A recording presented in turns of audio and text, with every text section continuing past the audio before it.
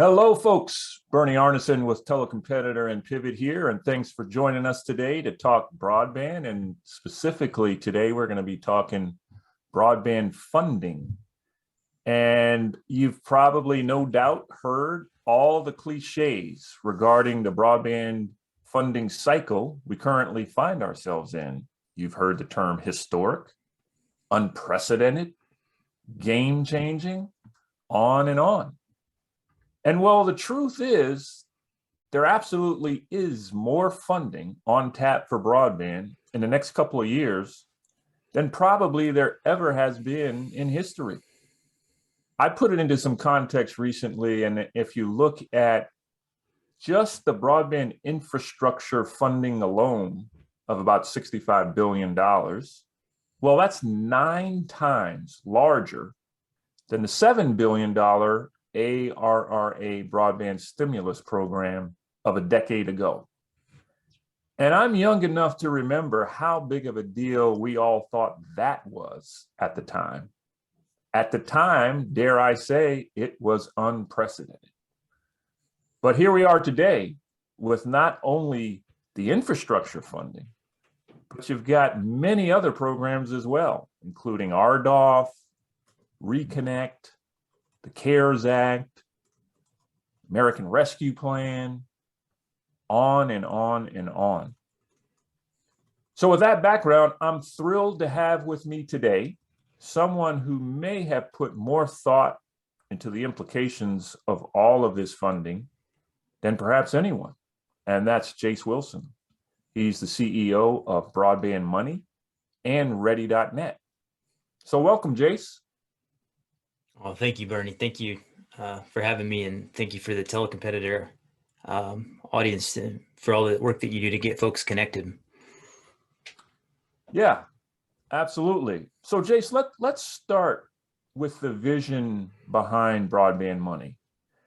I know it's relatively new, so there's I'm sure quite a few people who haven't heard of it. What is it, and what is it designed to do? Yeah, awesome, Bernie. Broadband.money is the fastest way for broadband professionals to discover and win their share of the upcoming IIJA broadband grant program.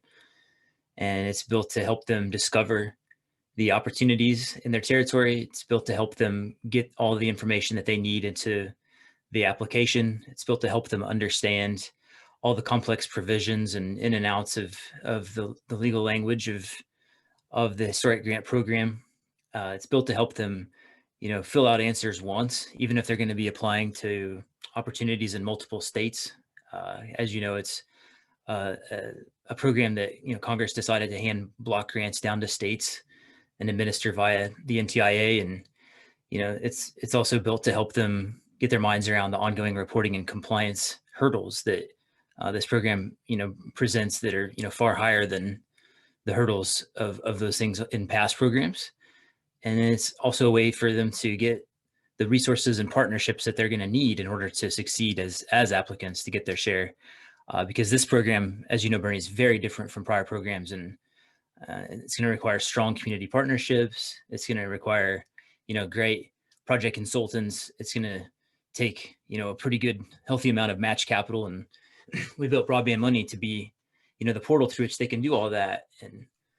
And its goal is just, very simply put, to help local providers of all shapes and sizes win their share. Yeah, that's quite comprehensive, and we're going to dig a little deeper into the platform itself here in a second. But before we do that, Jase, why don't you give us a little bit of background about yourself? I mean, what have you been up to over the past decade? Yeah. How did that background lead to forming Broadband.money? Yeah, for sure, Bernie. My background was in helping communities put together funding for community projects, and we got into helping communities get their minds around broadband infrastructure. And we launched Ready in early 2020, right before the COVID outbreak. And we joke that, we were thinking about our office, where we're going to put it. Within 2 weeks, we had our answer. It was going to be, nowhere or everywhere. Right. We're a remote company, a bunch of talented engineers and product folks, mostly in the United States. And we say, work wherever you want, provided you get great internet. And your work here at Ready helps make that true in more places because, Ready as a company is builds software tools that help broadband providers connect more people to better services. We built years and years invested in building tooling that helps from the A to Z of being an ISP, right? From finding and signing prospects to doing research about your territory to due diligence of all the things that you need to provide for ongoing reporting and compliance, managing plans, managing subscribers. There's just so much that has to be done, right? So we were building tools that help local broadband providers do more with less as a broad theme, and then two, to provide a great subscriber experience. Okay. And we got to 10 customers last year, and we looked up and said, like, okay, well, it's time to go to market. It's time to actually come out and really get in front of a lot of people. We said, well, there's the path of doing that where we go and spend like a bunch of money on Google ads and doing a bunch of things out in, say, trade shows and stuff that at the time weren't really that easy to do with COVID in full swing. So we said, well, we could actually build something that's maybe useful to prospective customers based on what our current customers say is, a pressing need. So we interviewed them, and it was unambiguous. The most shared pain point, at least among our customers, several of whom are energy providers that became information providers, right? Which is a theme that we really have big belief in. They came back and said that, funding is by far the biggest hurdle. And in particular, grant funding from governments. The government programs were situations where they would have to essentially walk through hot coal and glass, broken glass to, get even a small piece of grant funding. So we said, well, what's that about? And it turned out to be a lot of it, the amount of work that it takes just to get the information together, right? And since our system was built, from scratch as a reporting system, we said, okay, well, we can build a tool on top of that that'll help with that. And it was just at that same time that, what became IIJA BEAD came into focus. And so that's where Broadband.money came from, was inspired by, our customers and their journey and their efforts to connect more people to better services. Well, I know this is a business for you, but having gotten to know you over the past year or so, I also know it's really a passion for you. And I wonder, where did this passion come from? How did you get the passion to want to, do the things that you and your companies are doing now?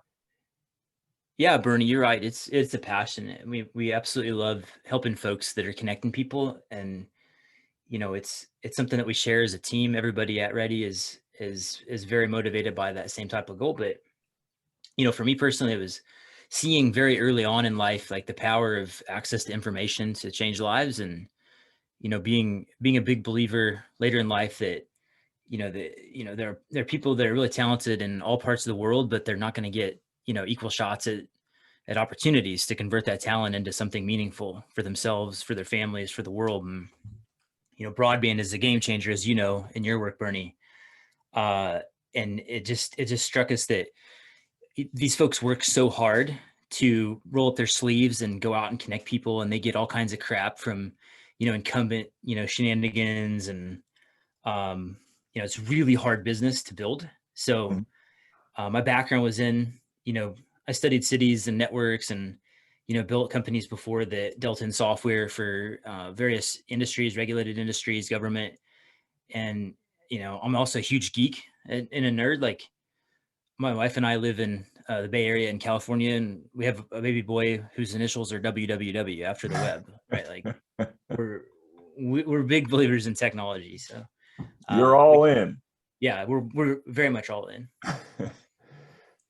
So I briefly highlighted, all these funding opportunities that are going on and how they kind of all come together. It's a bit of a perfect storm, if you will. And when you add it all up, right, we are talking about, funding north of $100 billion So I wonder Yeah. about your perspective on that. Like, what's your Yeah. view of that? What does it all mean from your perspective?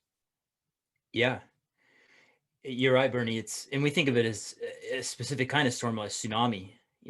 We think that it's it's massive. It's unprecedented, like you called it. Like it's 7 times the size of Ara.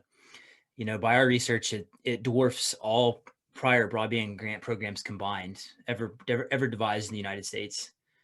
And that's just the starting point, because we're also, very involved with lots of great investors that invest in, the TMT space, but in particular broadband Hmm. and applications of broadband. And what's really happening is that 100 billion bucks from the government is inducing 4 or 5 times that amount of money in private capital. And that's in the form of like equity into some companies. That's also in the form of like, banks that used to be sort of afraid of these broadband businesses at the scale that they tend to operate, are coming off the sidelines, and offering lines of credit. There working capital lines. There's even new lines of business coming up on forward receivables. So it's more like in aggregate scale, it's probably something more like $500 billion in the next Wow. 10 years. That's the total economic direct investment. And then money multiples of that of economic benefit to the places that benefit from the new information infrastructure that's installed in part with the grant funding. And what does it mean to us? Like I hope it's the last program. I hope this is the one that we finally get it right. There's so much money, and it just changes the game so much that a bunch of people get to step up. And the people that have been working for decades to get their neighbors connected, their communities connected, they're going to get the resources that they need. They're going to have so much resource that they're not going to have to deal with the incumbent shenanigans any longer. And we're going to see a new era in America, right? Because in our view, the incumbent shenanigans of telecom, and in particular the last mile, are it's among one of the biggest reasons that our nation has been stalling, right, economically. So we see it as nothing short of the next stepping stone of rebooting what Catherine Boyle, Andreessen Horowitz calls American dynamism, right, and getting America back into the global stage as the technology leader. And it's just something that we think is going to impact a lot of lives, to the point that if we do this right in 10 years, not a single person is talking about broadband, right? In the same way that we no longer talk about dialing someone on a phone. Right. It's just sort of background and diffuse, like everybody accomplished their jobs and they move on to the next order of business, which is like really game-changing, life-changing applications that Mhm. can happen once ubiquitous, strong broadband exists for all. Well said. And I do want to take a point of kind of qualifying this term incumbent shenanigans, because I know that incumbent is a broadly used term, right? There Right. certainly are incumbents that are guilty of their fair share of shenanigans, no doubt. Yeah. But there certainly are incumbents all across the country who are not in that category, who are small community-based providers, have been in Very that fair. community for decades, some in some cases over a Yeah. century, and they're just want to make sure we don't put all of them in the same camp, right? Yeah. I would challenge local incumbents to not think of themselves as incumbents. Mm-hmm. I think that was just in large part, looking at like the evolution of telecom policy, lumping ILEX versus CLEX, and like, okay, you're incumbent even though you have 300 subscribers, right? Right. You're not an incumbent, right? If you ask the typical person in America, how many ISPs are there? They're going to tell you, something like 2 to 5, right? Mm-hmm. Some people will be like, I don't know, 10. And then a Right. few will be like, oh, they're hundreds, right? But the Right. answer is actually thousands, right? That's right. But there are only 5, large scale national incumbents that have historically swept up the vast majority of broadband grant resources in prior programs. Those are incumbents in our world. Right. Right. And they're the ones that, their combined cash flows like $350 billion a year of revenue. And you talk about Wall Street being too big to fail. They're all, legacy copper based roll up plays that have over levered balance sheets and have milked every last penny out of the copper. Right. And it's just, it's part of what's strangling our nation. It's part of what has led to like not having, even in the land where the internet began, having ubiquitous broadband access for all, is large part directly a result of like their massive scale and the regulatory capture that they've been able to achieve at a level that makes Wall Street look kind of amateur. Okay. So incumbents that are at the local scale, you would push back and say like you were ILEX in a previous generation, but those terms no longer apply. Right. In this tsunami, if you consider yourself an incumbent and you consider yourself from that perspective and not a challenger, right? In this context, you're gonna drown, right? In competition. So I agree with you, Bernie, that I'm wrong to say incumbents in that context in telecom, but I'll also push back on the definition of historic telecom precedent, of the term incumbent. So let's talk specifically on the infrastructure program, because I know that's a large part of your focus. Certainly not all your focus, but a large part of it. It's just getting kicked off. In fact, I think this week was the first of the series of webinars that NTIA put on to start kind of prepping, the ecosystem for what's to come. But what are some of the relevant timelines we should be aware of as we think about the infrastructure program? Yeah, NTI does a great job of showing the specifics, and all eyes and ears are, pointed towards the NOFO. All right. Mm-hmm. Everybody's excited about that. We know that there are some, things to cover before we get there. We know that the FCC is going to be doing some important updating of mapping. That's one answer, right? Is track closely with their timelines. But another is get going yesterday. Mm-hmm.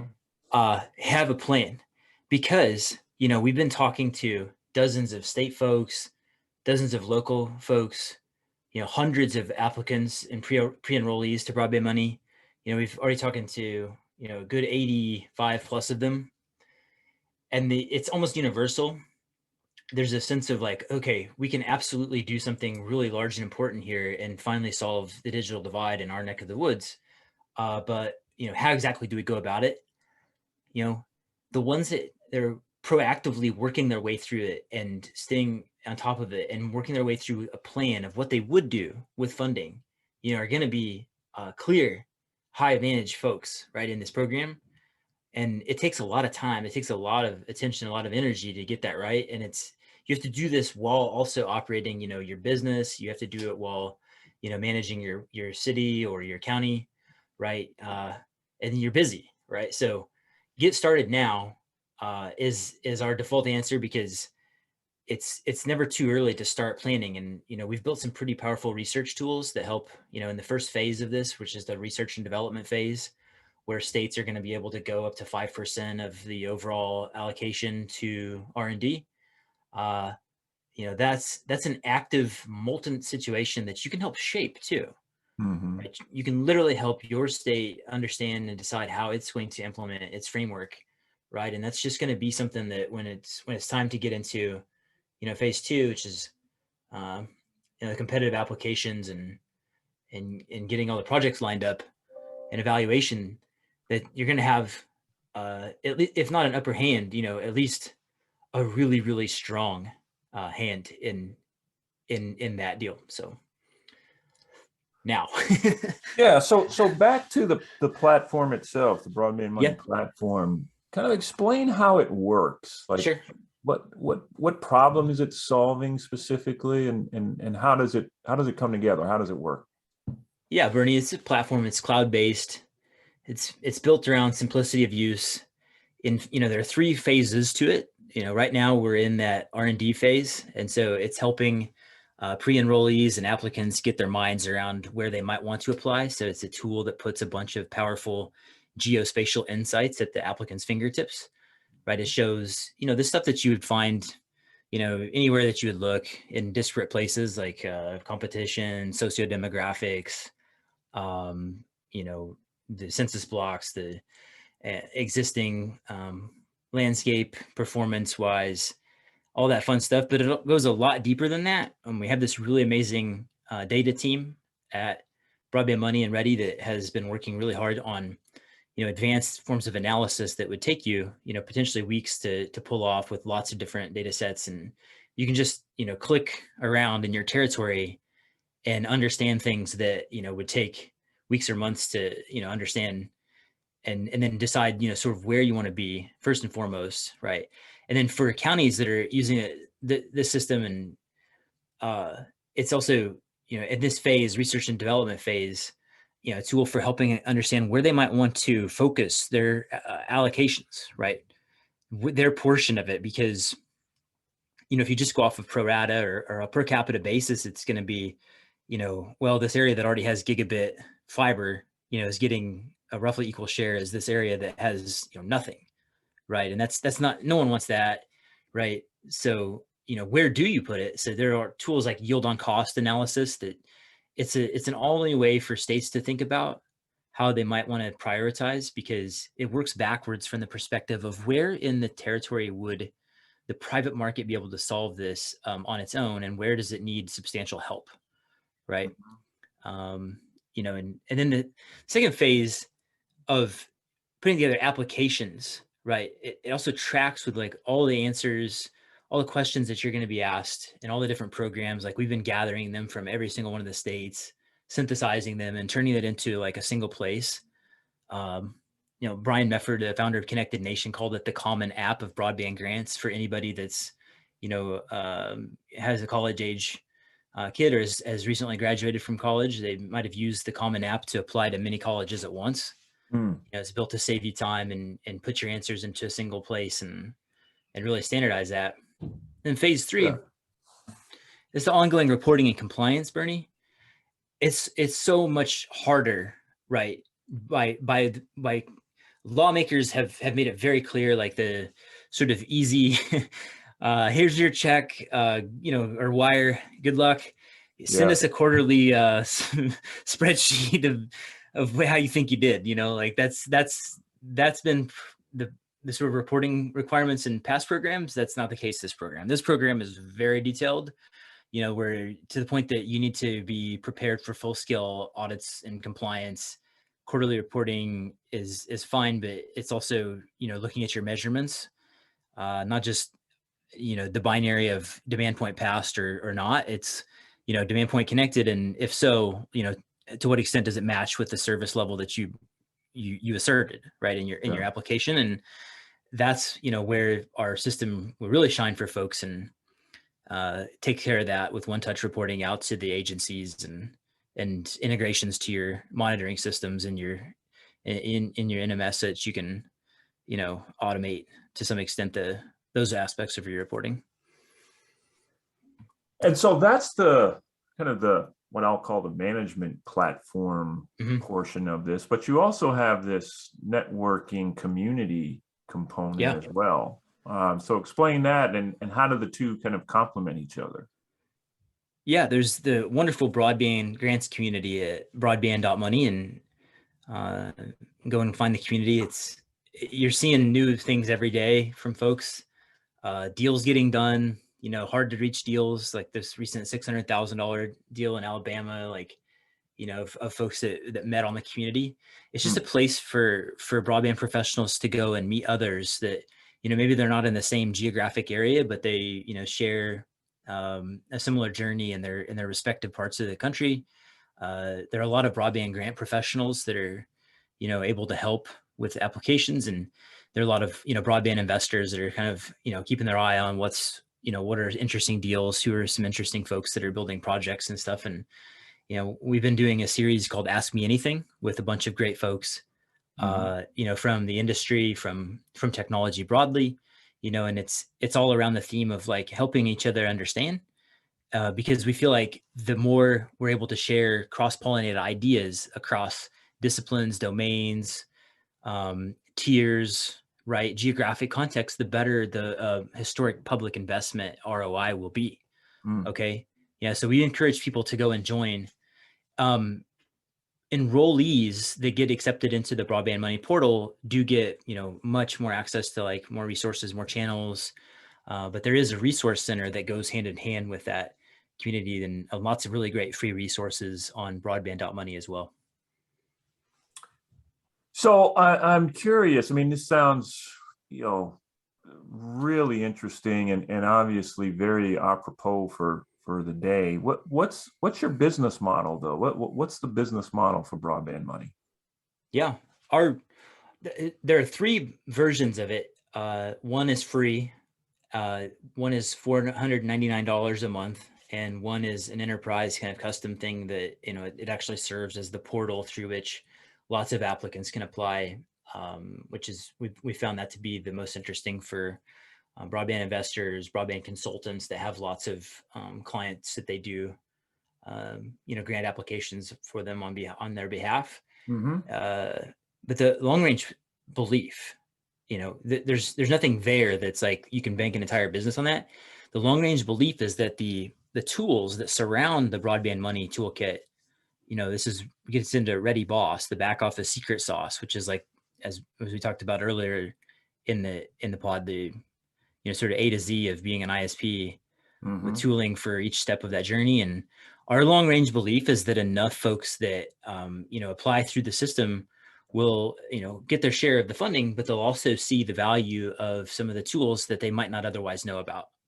Right. Mm-hmm. So it's very much a system that helps them to deliver a better subscriber experience. It helps them to monetize their subscribers with additional services that they can cross sell over the top in a white labeled way. Mm. And then save time and money doing some of the routine tasks that frankly software should be doing for them. So that's our business model, is build it, make it as useful and valuable as possible, even if they're just using it for the grant applications. But they'll definitely know about all the great other modules that they can take a look at if they're in there applying. And who would be kind of the ideal participant? Like, is it an existing ISP? Do they have to be in business for a set number of years? Is it an entrepreneur? Is it a startup? Is it all of the above? Who are you targeting?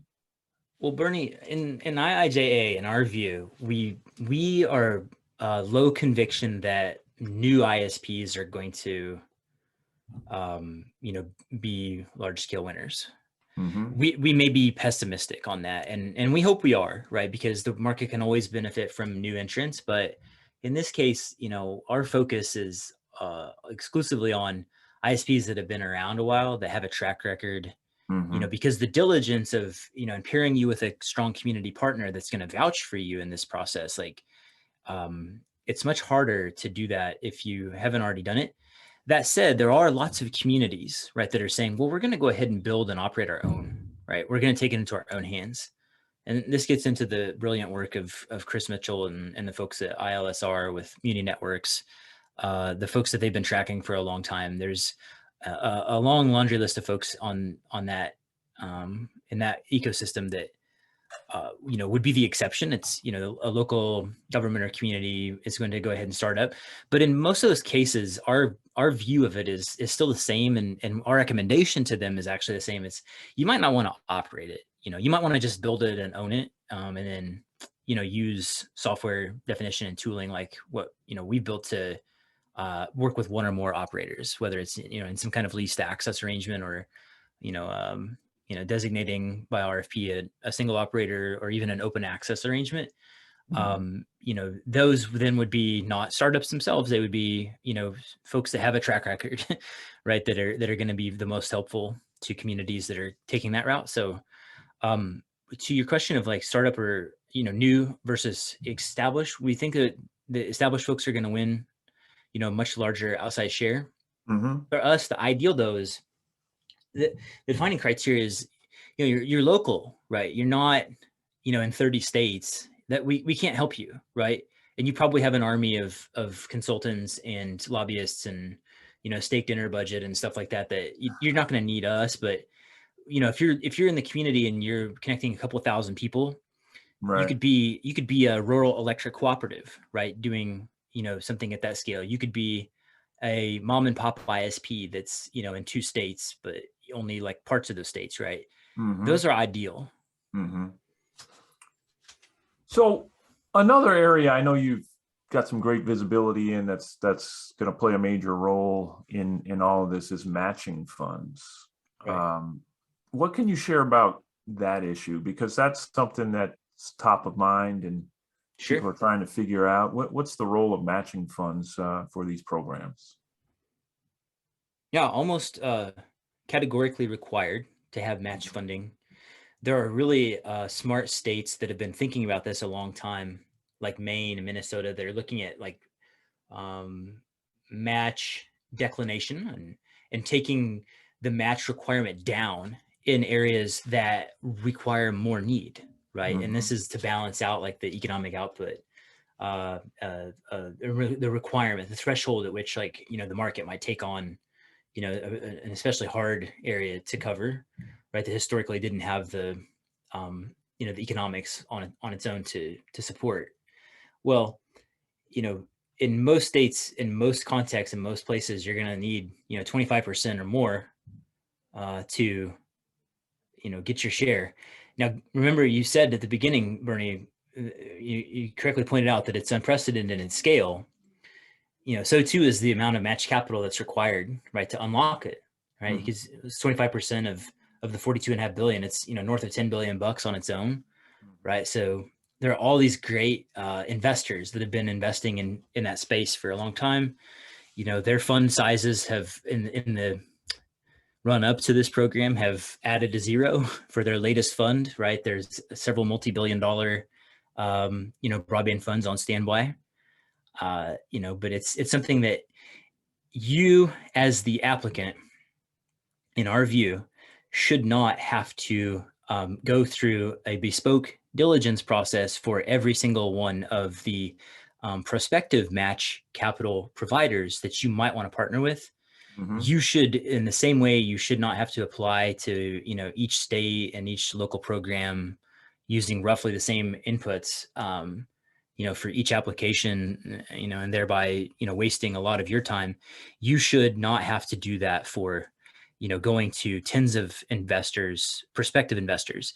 We do encourage you to talk to a lot of investors, right? But to be efficient with your time, that's one of the major advantages of Broadband.money is it goes through the rigorous standardized due diligence process of getting to know your business, of where possible, if you don't have the time to fill out everything, just connecting up to your billing system, for source of truth understanding of the things that investors are going to need to know in order to make their valuation decisions, make their lending decisions, and so forth. So that's our belief, Bernie, is that you want to talk to a lot of them. There are going to be, far more of them than there ever have been, Mm-hmm. which is really exciting. But at the same time, if you're in the business of connecting people to broadband, you should not have to waste a lot of time doing like every last investor's uh, what can be a very exhausting, diligence process.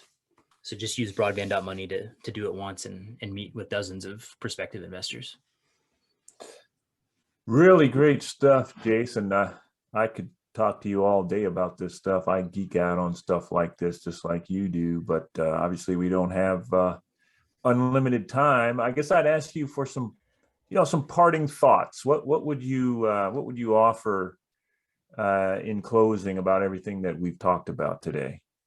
No, and just to thank you, Bernie. I know you all do really important work at Telecompetitor and Pivot to help broadband providers understand the world, and we appreciate that. And then, another shout out to your audience, the folks that are out connecting people. That thank you for doing that.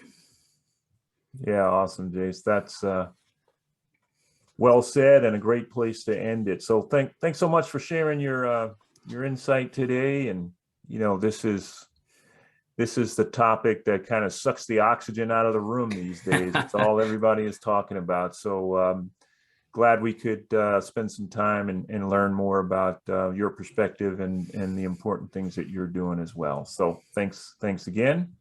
And thank you everybody for listening. I really appreciate your time as well. And until next time, take care, everyone.